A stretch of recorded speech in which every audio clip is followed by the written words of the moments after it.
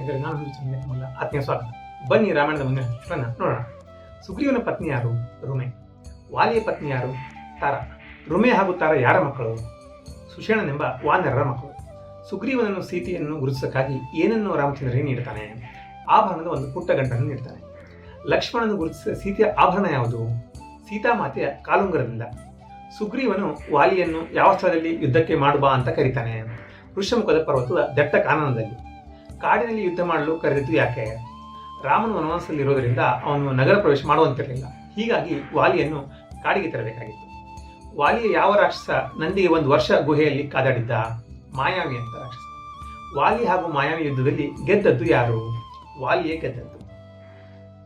ಸ್ನೇಹಿತರೆ, ನಾನು ಹಿಂದೂ ಚಾನಲ್ಗೆ ಸಬ್ಸ್ಕ್ರೈಬ್ ಮಾಡಿ ಮತ್ತು ಈ ಎಲ್ಲ ವಿಡಿಯೋಗಳನ್ನು ಲೈಕ್ ಮತ್ತು ಶೇರ್ ಮಾಡಿ. ಮುಂದಿನ 10 ವಿಷಯ ಜೊತೆ ಮತ್ತೆ ಸಿಗ್ತೀನಂತೆ.